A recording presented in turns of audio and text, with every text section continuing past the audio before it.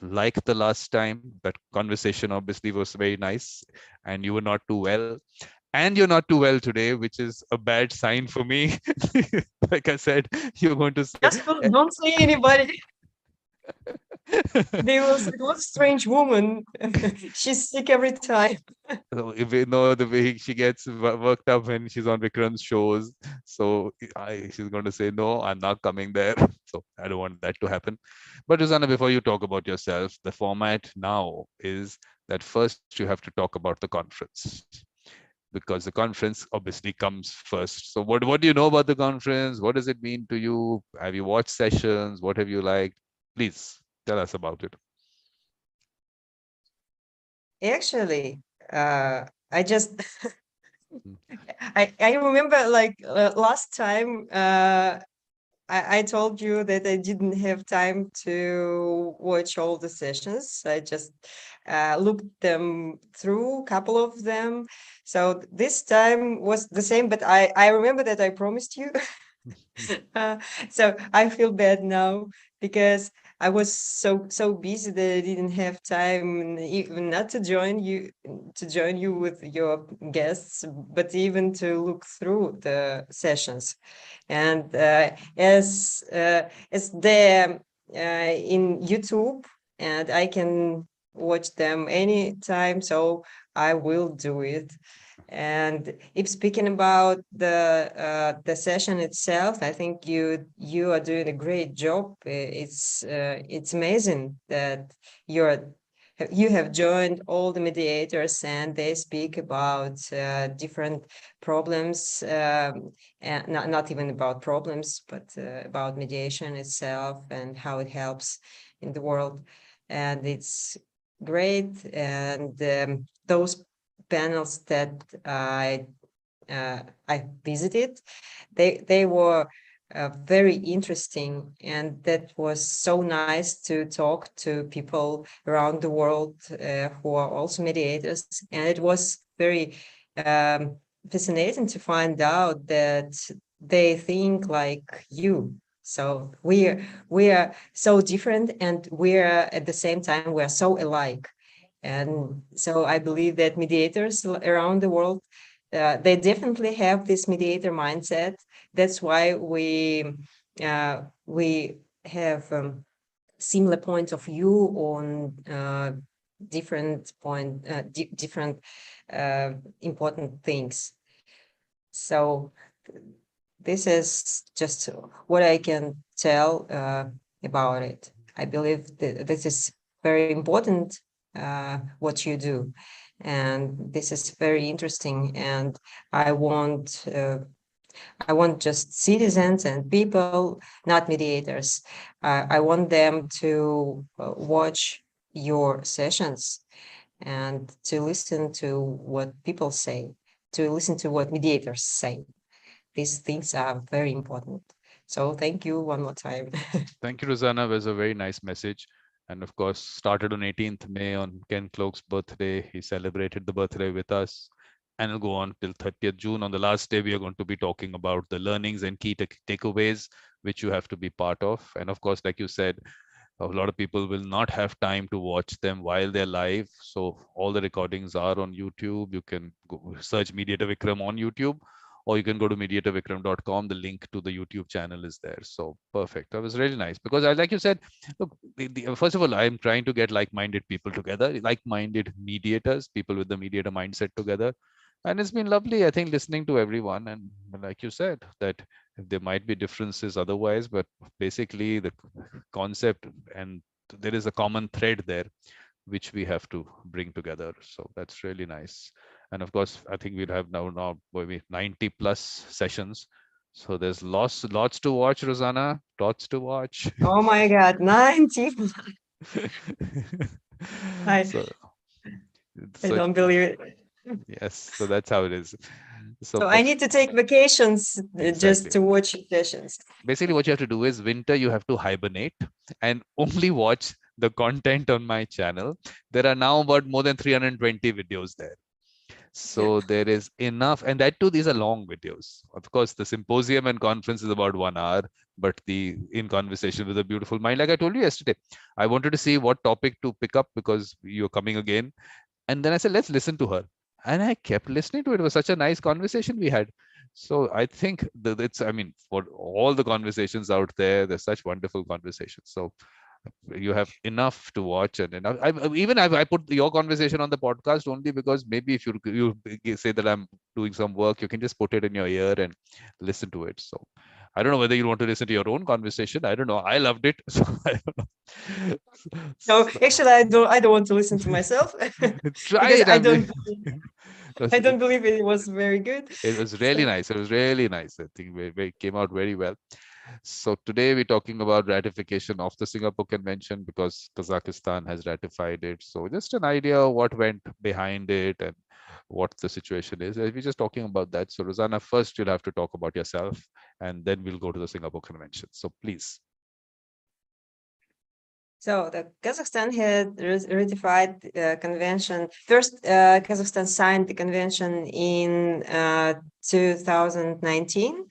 So, and then after 3 years later, Kazakhstan ratified it, and we ratified it in this April. So it's just new for us.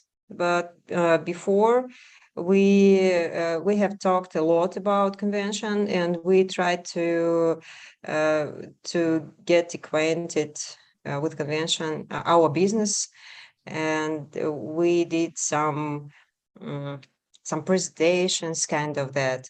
But I want to say that our business community, they don't know too much about mediation at all. So they, of course, they don't understand what convention is and how they can use it. And actually, I want to say that didn't with ratification of convention didn't change too much to us, because the convention just gives the opportunity to enforce an agreement if parties doesn't want to do it themselves. So the convention gives the opportunity to enforce it according to the legislation of the country. So we had, as for us, for Kazakhstan, we had, and we still have a very, I think, convenient rules for enforcement of an agreement. And nothing has changed with ratification. But this is, if speaking about businessmen from other countries, like, for instance, businessman from India, and if he has a mediation agreement, so we call it mediation agreement, yes, here in Kazakhstan. So for our listeners, it's settlement agreement. It's better to say it, I think. So, for instance, businessman from India has a settlement agreement with a businessman from Kazakhstan, and if businessman from Kazakhstan doesn't do it properly, or just doesn't do it all, so the Indian businessman can enforce it in our court. And it was before we ratified convention, and it's still like, as far as I know, India hasn't ratified it yet, No, right? no.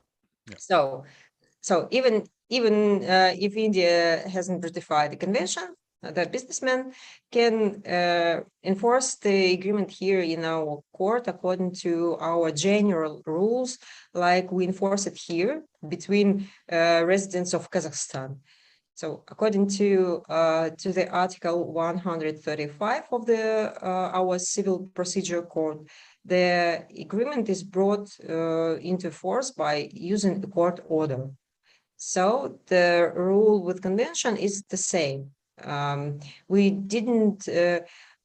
we haven't done any specific rules for convention agreements yet, but I don't know, maybe our government is going to implement something special for these agreements, but I don't see the difference. So I think they will just leave these rules, normal, usual rules for us. So that is why for other countries, it's still convenient to conclude settlement agreement with Kazakh businessmen. If Kazakh businessmen, for instance, should pay money to the resident of other country.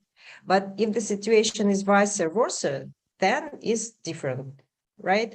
So if a businessman from India, for instance, should pay money to businessmen from Kazakhstan, then it's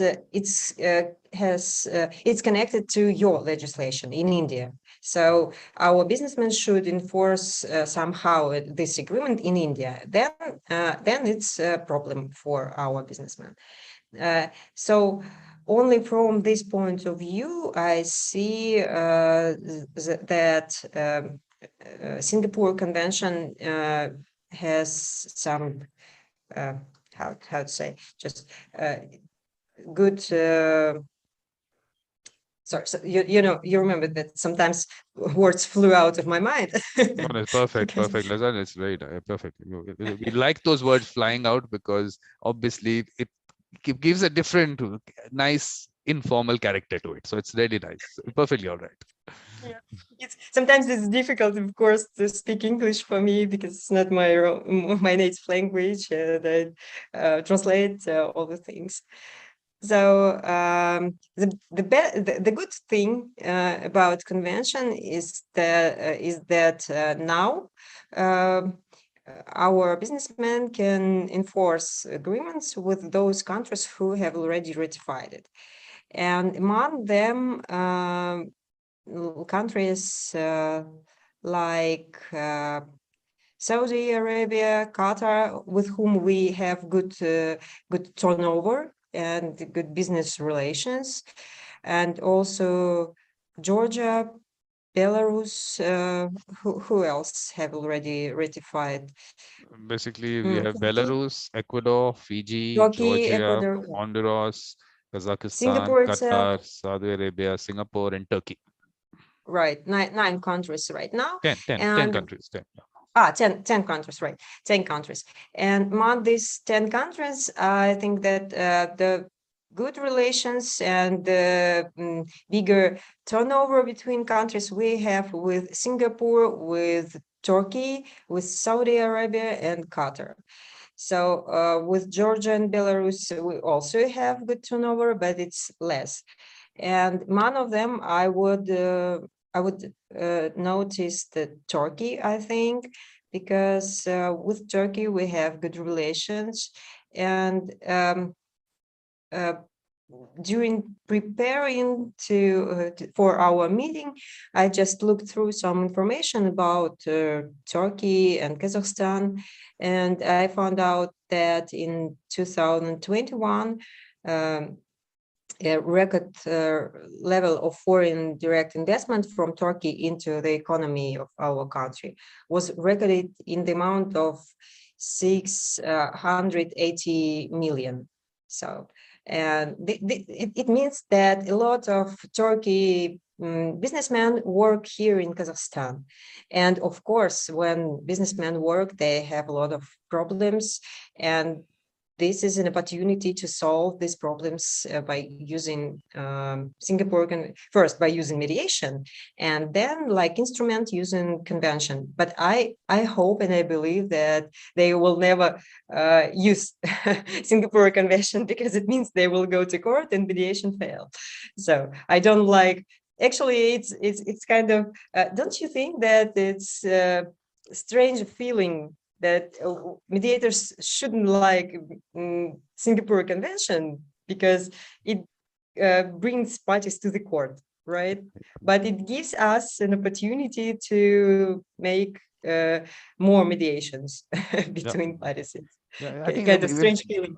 the important thing is that look, there is this is that apprehension, or maybe people who have been saying that, oh, there is no enforceability of settlement agreements. At least you can say there is enforceability, but you should not need to use it, because your settlement agreement should be such that you, of course, have signed it. You have agreed to the terms, so agree to terms which you can actually fulfill. So that's all. I mean, I'm just saying it's something that people now can't take against settlement agreements or mediation. That's the good part. They should not need to use it. Also, we should tell them. Obviously, that's the whole idea of a good mediation, that the terms are such which they can fulfill. Right. Agree. So, uh, yes, this is just the thing that they should know about. So, and if speaking about Turkey, the turnover amounted $5 billion in 2021. So I believe that this is an opportunity. Yes, from this part. But also, we have India, United States, and South Korea who have already signed but not ratified. Yes, and those three countries that are among 10 main partners of Kazakhstan.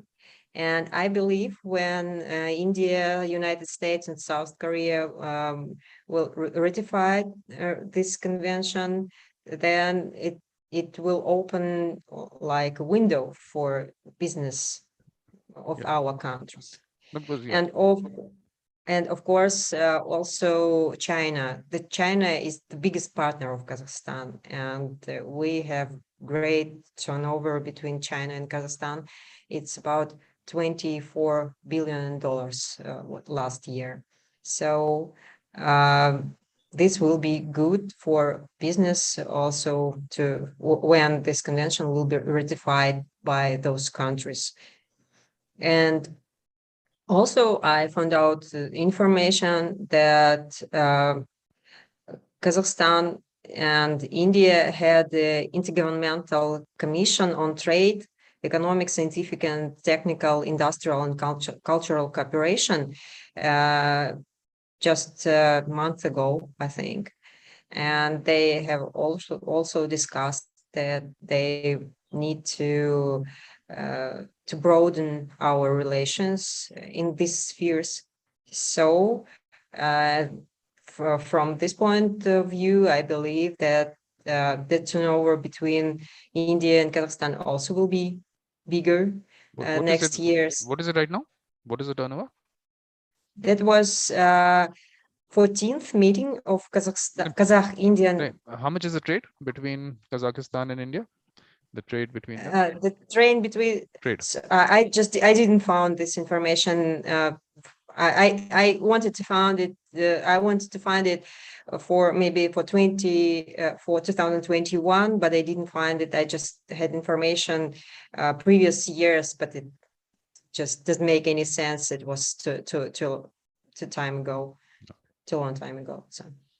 No, So because for today, I just don't know the turnover, but I believe that it's big turnover, and I know that a lot of Indian businessmen work here in construction sphere. We have a lot of Indians here who work in construction sphere, so this sphere is potentially can how to say uh, uh, problematic potential sphere. So sure. they can have conflicts in this sphere. I just want to put up this figure that I got. It says India to Kazakhstan was 325 million. Wow. Where Exports did you top. find it? What is it? What It's a kind of OEC World, site? whatever that site is, whatever. But it's put it very nicely. So exports from Kazakhstan to India, almost 2 billion. The top Uh-huh. product is crude petroleum. That's the top product. And so that's a lot. On this end, it's a lot, but we have to, of course, there is a lot for India to Kazakhstan. Packaged medicaments is top now. Whether that is related to COVID or not, we don't know. So, because we don't know Mhm. but only because India to Kazakhstan, this trade has to increase, I think. only 325 million definitely is very low. So that should increase. So that's another aspect which, of course, Ruzanna is going to look into that we have to increase this trade. Mm. So, of course, and we have to move That's out. why they had this meeting. They want to Exactly. increase it. And we have to move our Mhm. own, not dependent only from Kazakhstan to India, but from only crude petroleum. We have to increase this also. And why, yes, of course, what do we have? The role that we have to play is, of course, if business has this issue of enforceability of agreements, then in that case you have a particular framework. But let me tell you that, of course, you said very important things. What are very really important things to explain the ratification, and you can actually enter into an agreement, and it's not that the settlement agreement has to be signed in a country that has ratified it. You can sign it anywhere, but it can be enforced in a country that's ratified. A lot of people maybe don't know that aspect, so that's really important. The other thing that I came out from this was, you said that India hasn't ratified it, so we have a trade. So what of course, my suggestion and advice there is that if there is a domestic law in that country, use that domestic law to say that this settlement agreement, this process of mediation is happening under that domestic law. Like in India, we have a law on, it's called conciliation. And I'll talk about that the definition of mediation under the Singapore Convention, what it says, and how conciliation word is not an issue, because it really says that whatever be the name that it is, so it is under. So you can use that particular law here. So in that sense, your settlement agreement is enforceable as a court decree in India. And then when you take it to Kazakhstan, it is enforceable under your law, that ratification. So I think that part of it should be advised to people who say, look, India hasn't ratified it. So you can tell them that this is one way of going about it. But what I want to do is, for a second, I just want to put out your ratification law, just for the information, that basically, of course, it's a simple document that you have, Very simple. you know, We're short perfect, one, short one and simple. perfect. And as you saying, you have a law already, and it is covered under that law, and so that's Mhm. perfectly all right. But only thing that we have to, of course, this aspect of whatever the reservations they've done. We can talk about the reservations. That's, and also put it out there. So these are the two reservations that Kazakhstan has given, that it will not be the settlement to which it is a party, or which a government agency or any person acting on behalf of the government agency is a party.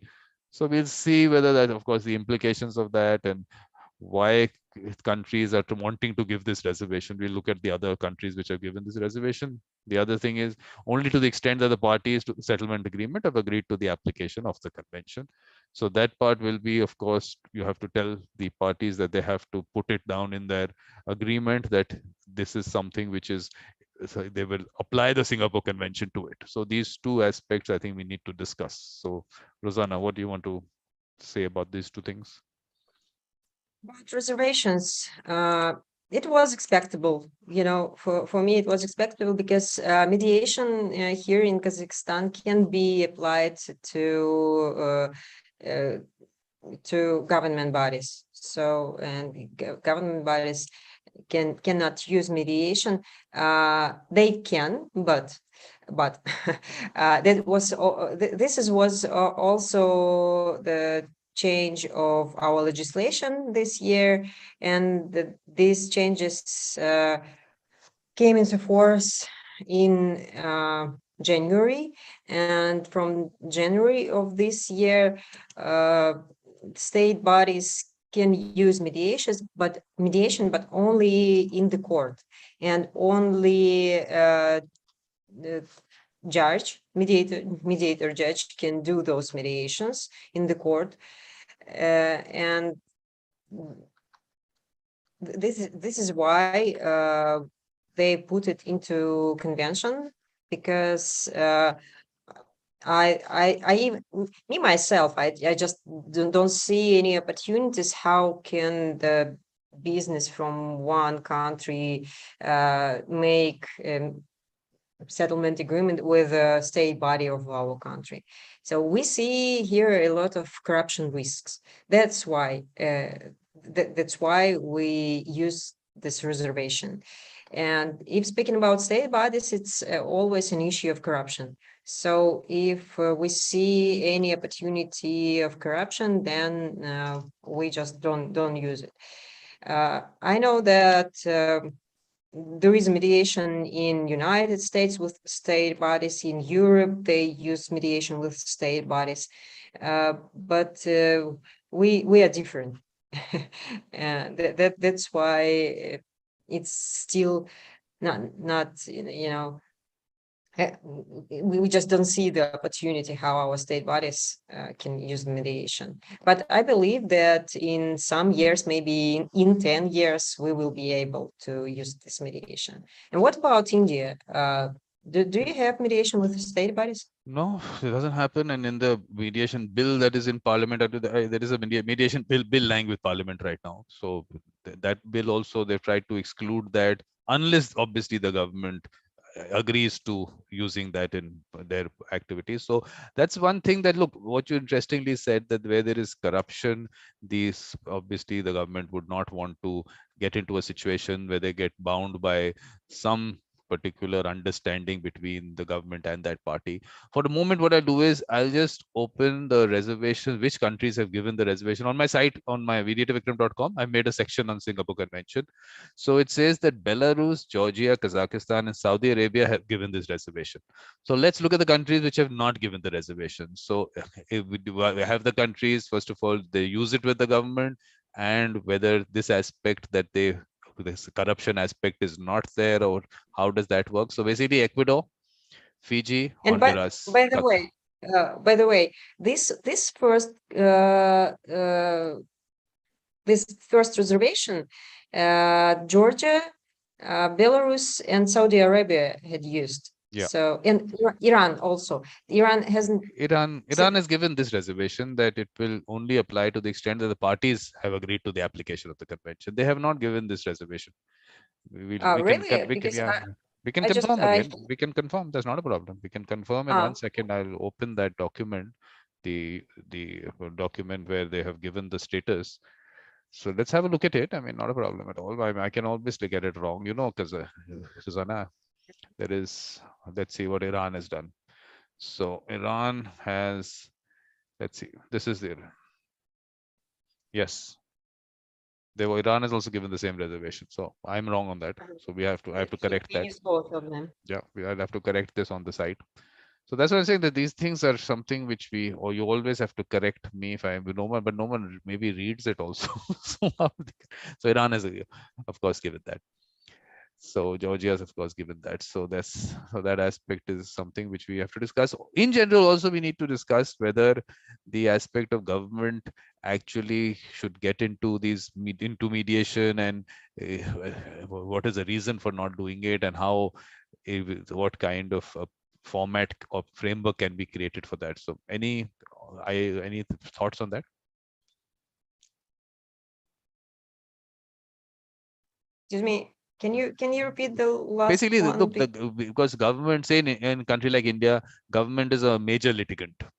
In the cases that go to court, a large chunk is where the government is one of the parties. So if the government uses mediation, it can actually reduce the number of cases which go to court. So what I'm saying is that if governments have apprehensions on using mediation, how can that be taken care of? Any thoughts on that? Oh, it's a difficult issue. I believe that we are still so in government, in state bodies also work people, just normal usual people, and I think that our society is not ready for mediation like this, because our state bodies, they they have strict hierarchy, and they are checked by other state bodies. And I know that other state bodies who is responsible for checking the other one, they are very patient in checking it. And they all the time they want to find that there is something about corruption. And as we have a lot of cases of corruption, we just don't we, we should say about it, and we cannot hide it. It's like this. So I believe that our society is not ready for using it with state bodies, because even if there were no intention to use corruption or just to be close to corruption, the state body which checks this one, they will find something that will that will close to corruption, or that they just will say that it was kind of corruption. Our people just afraid. They don't want to be bound with this kind of thing. Maybe in some years something will change, and I believe that now we are passing through good changes, and our president, he is trying to make kind of new republic. So we are trying to get more responsibilities, to be responsible for ourselves, and something, some things like this. So maybe in several years we will be close to it, and we will be able. So we will be grown up enough to use it, but not today, because people just afraid, and they don't want to get in prison just because that somebody thought of them, that they could use it in their own in the, like just they wanted to use it in corruption. Yeah, no, I'll tell you what, Rosanna, because this is something that I've been talking for some time, and good part is that we have a very senior mediator in India who's like, I call him the grand old man of mediation in India. He also said this in the conference, that what I said was that, of course, government officials definitely don't want to take a risk, because like you said, an allegation can be put even if there was no corruption. It's very easy to put an allegation, and no one wants to risk their job or all, and of course go to prison. So what I suggested was that you have a body, because like you said, that if a judge mediator, although that's a very oxymoron, judge mediator, but okay, It's we'll use that fully term. agree. We'll use This is that term. another this is another topic for our meeting. Judge, mediator, something. Yes. Yeah. So what I suggested was that you have retired judges, and of course, in a country like India, retired judges they get into arbitrations, and they of course now are wanting to get into mediation also, which again this our senior mediator has a problem with. Of course, he's been talking about that. But on the other side, if instead of them going in this direction of doing private work, why don't a body be set up where these retired judges, because there seems to be some faith in the judiciary still, there seems to be, all settlement agreements goes to this body, and a time period is given that, okay, in 90 days or 1 year, whatever. I mean, I'm not saying you have to rush it, because definitely it is not something that you want to put any pressure there also, but you also want a time frame. So this goes there, and if they do not send it back, that official who has signed it has immunity, and the settlement agreement is valid. So it only becomes valid at that point of time in that much period.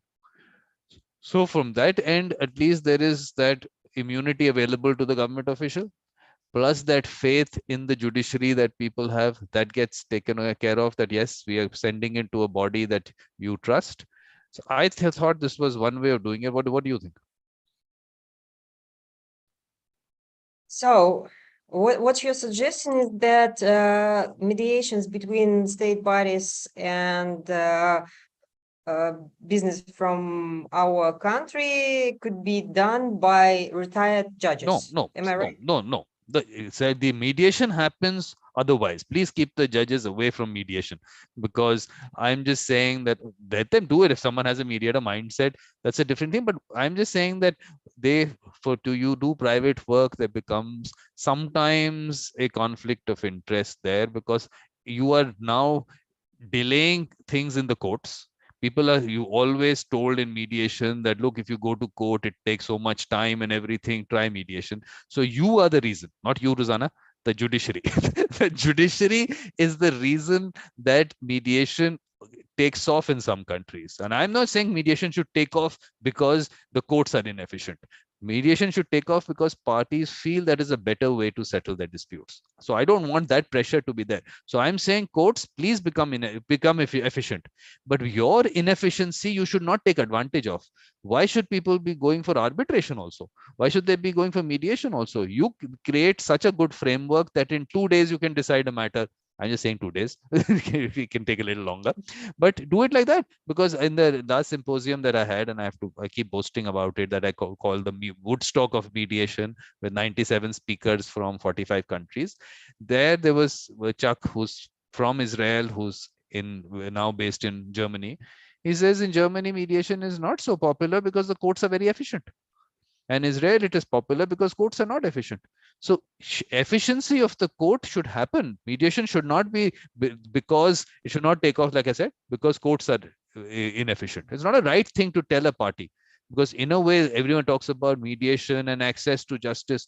What justice is there? I mean, this person is basically settling because that remedy is not available to them, because the courts are denying justice.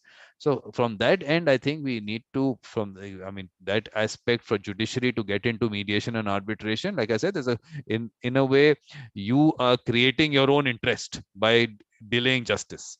So that's a different argument. But otherwise, there is faith in the judiciary to at least look at the settlement agreement, that, okay, does it seem fair? I don't know how it's going to work, whether that's a system, but at least it gives faith to people on one end, that you have faith in judiciary and you have mediator judges. Okay, so they are having a look at the settlement agreement. So however that works, we'll have to see. But the important thing is that the government official has immunity.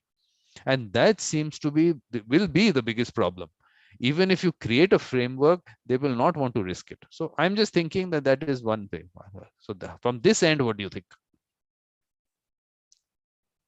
So I think that the problem is not in the courts and who is making these agreements enforceable. The problem is that our state bodies, they just don't believe that we are ready to conclude mediation agreements between state body and business. And it doesn't matter who conclude them, just mediator out of court or judge mediator. It doesn't matter, because it's prohibited here just to make this mediation agreement with state bodies, as they just don't believe that somebody from state body. And we always, when we say state body, we should understand that this is a definite person, because this gonna be a head of the state body. Like, for instance, you have a problem. You have a problem with a minister of finance. Just I don't know. Just let's imagine, and you have a problem with a minister of finance. For instance, some tax issues. Yes, because our Ministry of Finance is responsible for taxes, and especially tax department of the Ministry of Finance. So if you have problems with taxes, and there is a tax law, tax legislation, which says that you should do like this, this, and this. So if you haven't done it, so then you're going to have problems with tax committee, tax department. And how can you in this situation reach an agreement with, for instance, the head of the tax department or with the Ministry of Finance? in case you violated tax legislation, or even if you're not violated, but they think that you violated and you think that you're not. So how can you have this agreement?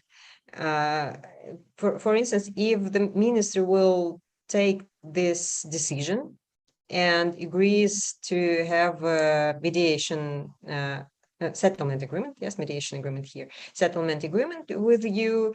So then what can happen after this? The body, our prosecutor who is checking the Ministry of Finance, he will come and check and see that minister itself of finance made an agreement with a businessman and let him not to pay taxes right now, but let him to pay taxes partly, maybe in 3 months. So what can happen then? The prosecutor will ask, why did you do it? Because our legislation doesn't allow to it. So the problem is that our legislation is very strict, and there is no ways to do this or that. There is only one way. You should do it. That's why it's difficult here to conclude any settlement agreement with state body. And that's why we still don't have mediation with state bodies, because we need to change our legislation then. So that's why they just doesn't allow mediation, and that's why they use these reservations, because there is no way to use convention. This situation will never happen. So this is like this. It works here like this. Everywhere. I'm telling you, all these countries, this is actually what you're saying is true for India also. I mean, the same thing applies. But what we're saying is that, is there a way out because of the fact that the judiciary is inefficient and a person could be in court for 20 years? So if on that end, if reforms are not happening, then we have to look at other ways to do it, because finally justice has to be done. You can't keep denying justice for years to someone. I mean, this is something even in criminal matters, same thing will apply, because people are saying on criminal matters it can't be done. But we had one session on mediation in criminal cases, so that part of it, yes, it is possible. So it is something that we have to be able to put across, that look, become efficient, and people should not go for mediation, like I said, that because the judiciary is inefficient. That should not be the reason. Perfectly all right. But on the other end, if okay, it's the tax part of it. For the government, it is better that they get tax rather than 20 years goes by and no tax has come in for that period. Obviously, development suffers, because obviously those appeals will go on and people have their ways. There are, and there, I don't know, I mean, it depends on who your lawyers are sometimes. Yes, good lawyers are good lawyers. It's not that they're not good lawyers. So if it does, the government has as good representation in the courts.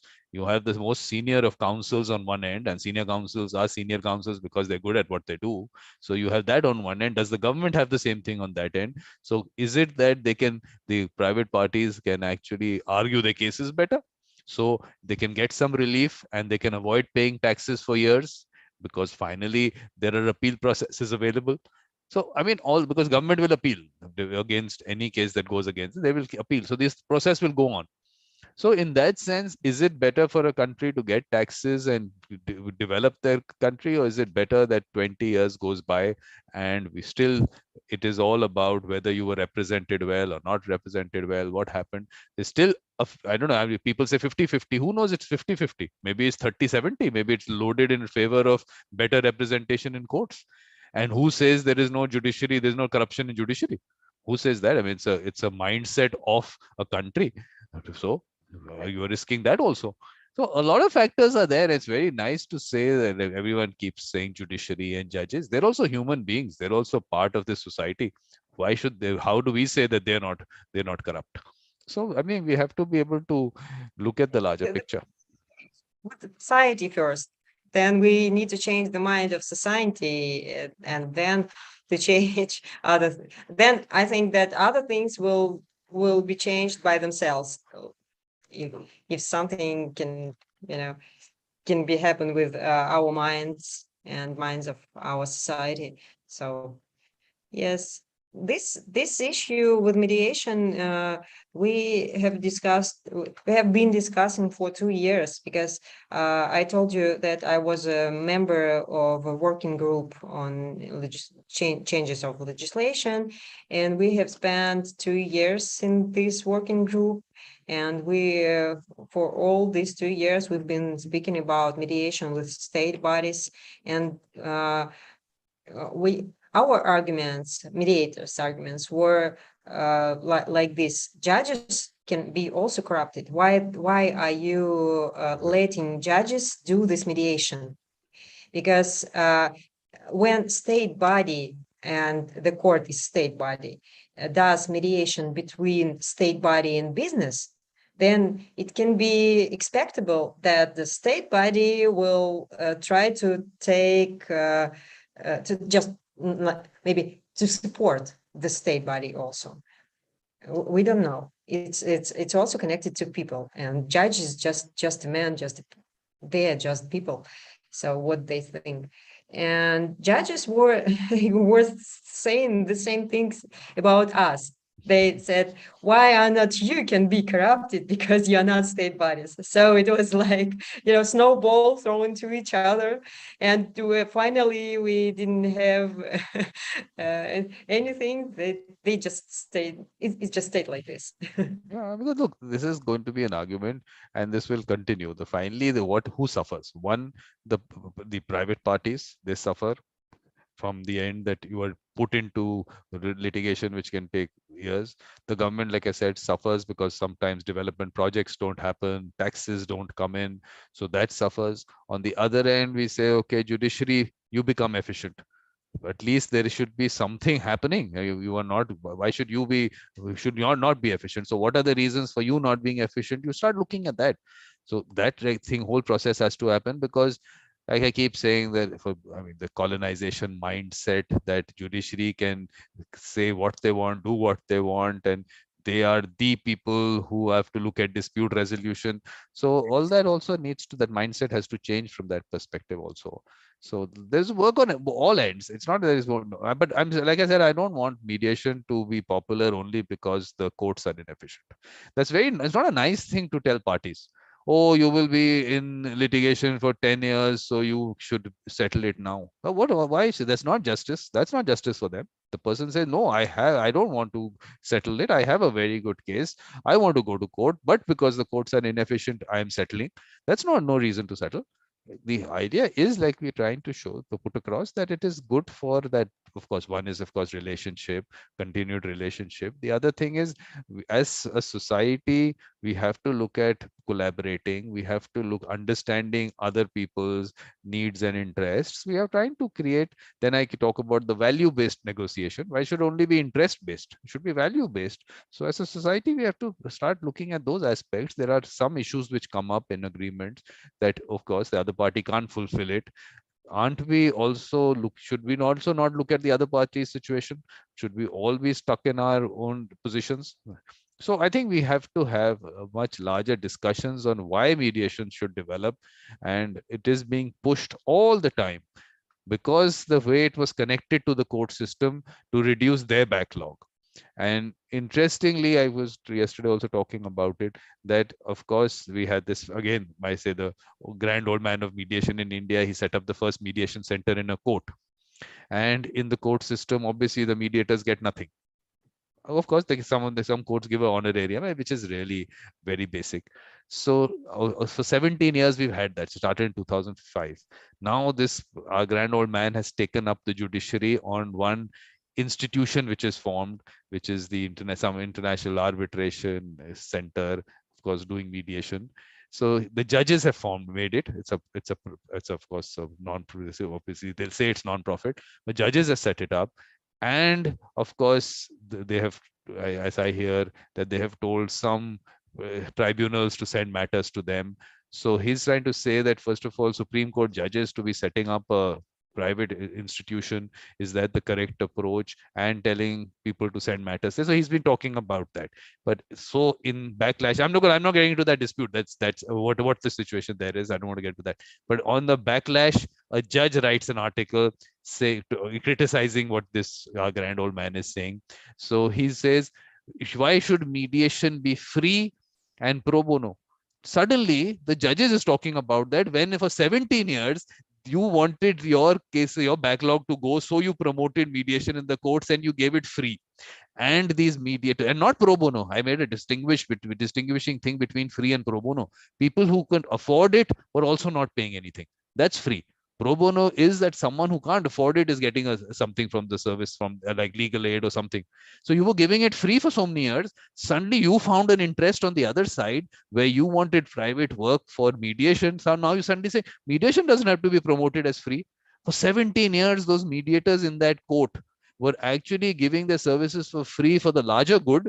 Suddenly you say, no, that's not the way. So someone who was so passionate about mediation could not create a livelihood around it.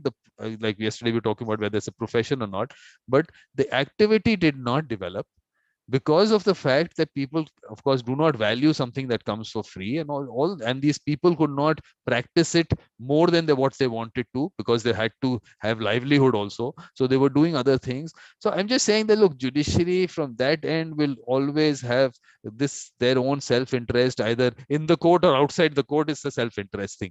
But though that aspect will never that mediation develop. So we have to look at it in other ways that it should develop, not connected to the court system in every way.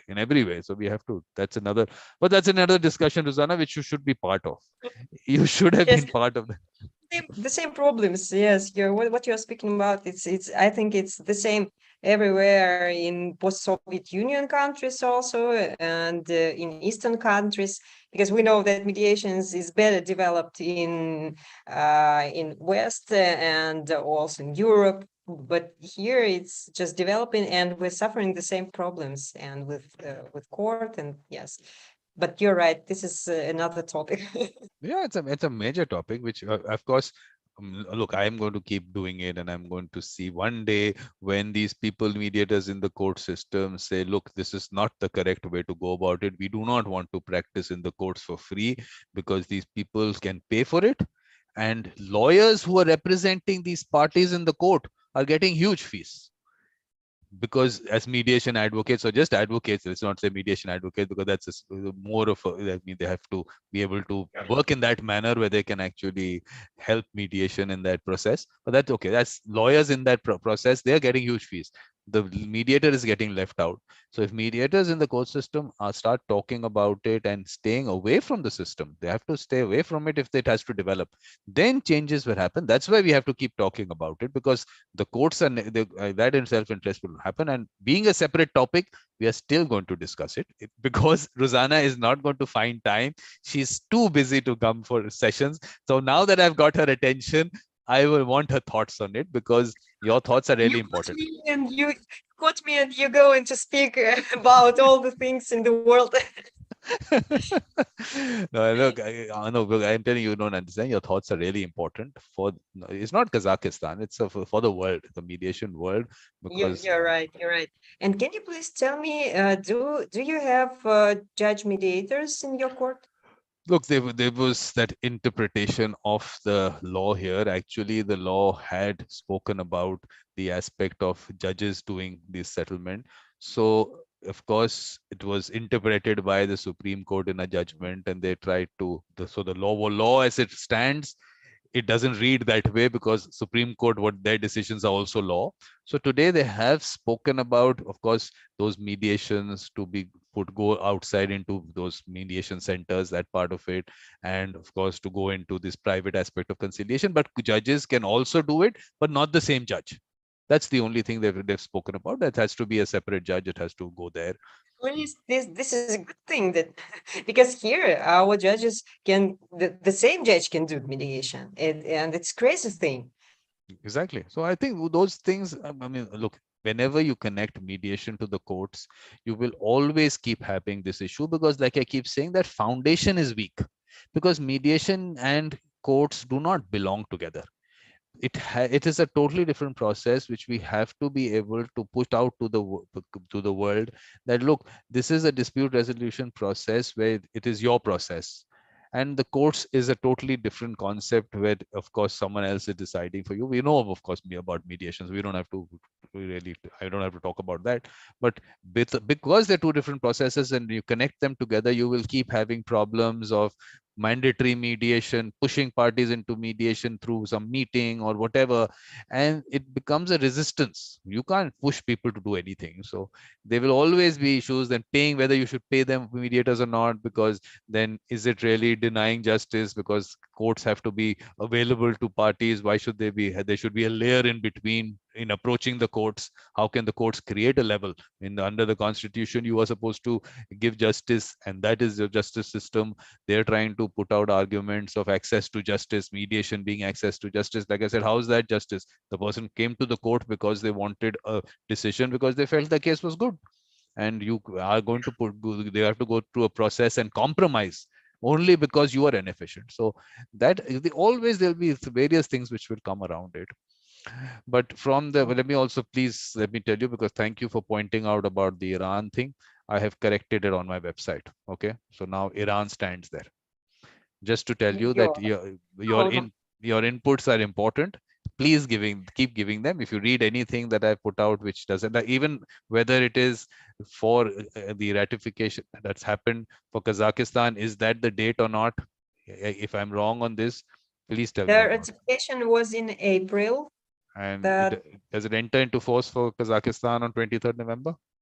Is that the Kazakhstan correct? is no, it's in for you mean enforce? I'm Yeah, not sure. yeah. I So need to check it. Let me check it and then I'll send you information yeah, because because I'm I not did my sure when. research, and my research got this date for me, but definitely, Maybe, I maybe mean, you're right. I'm always, I mean, look, I thing is that we have to, you have to keep giving me inputs, because definitely I I Usually find, it takes half a year, yeah, and it was ratified on 25th of April.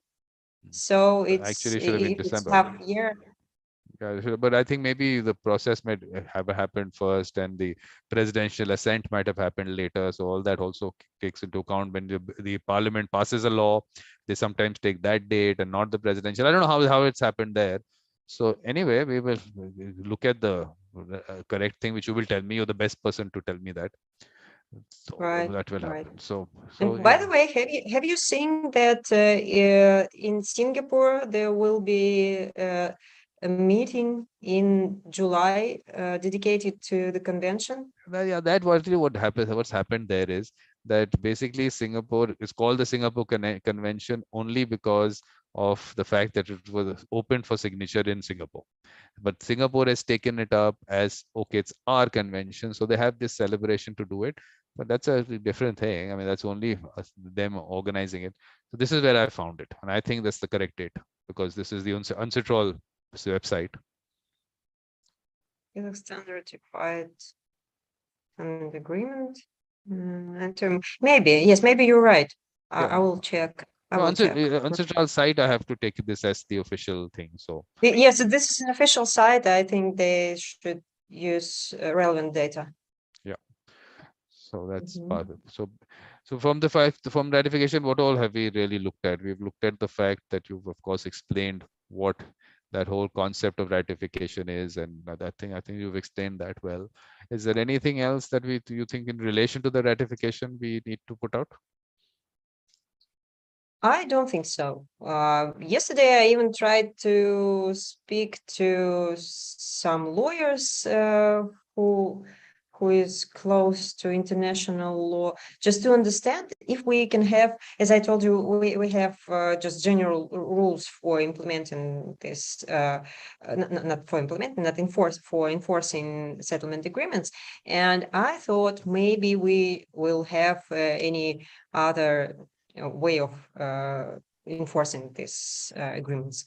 but I just don't see any differences right now. Maybe so is it said that they will that the convention will come into force in November? Maybe they're going to make some changes in legislation and to give some maybe special way of enforcing these agreements in our law. As like we had 2 weeks ago, we had international meeting with mediators from a lot of countries, but I think mostly previous Soviet Union countries like Belarus and Georgia also, and Russia and Kazakhstan and Uzbekistan, Tajikistan. And we were speaking about Singapore Convention, and Georgia said that they have special rules for enforcing settlement agreements according to Singapore Convention. And also Belarus said that they have not very special way. I think it's close to their internal law, but they just implemented it into the law and into the mediation law, and said that there is an opportunity to use the convention.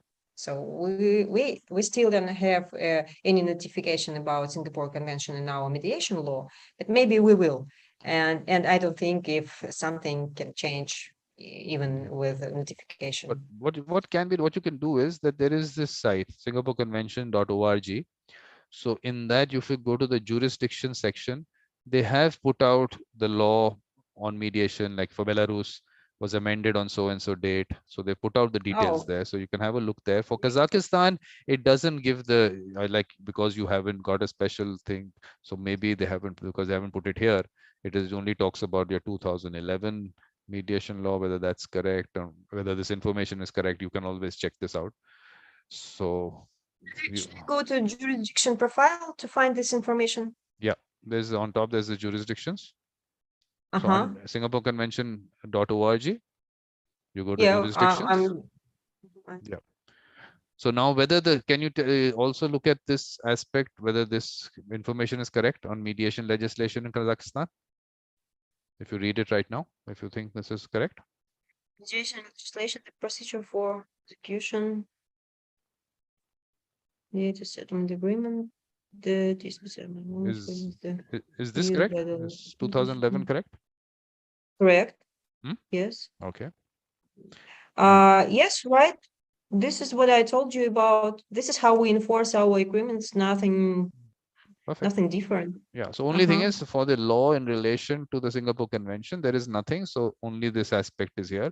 Maybe when you have the law, we'll get to know, because what we are basically, what you are saying is that whether in the current what document that you have put out for ratification, is that good enough to actually enforce a settlement agreement, or we need a specific law amendment in the law to say that. That's, and whether we'll get that before November.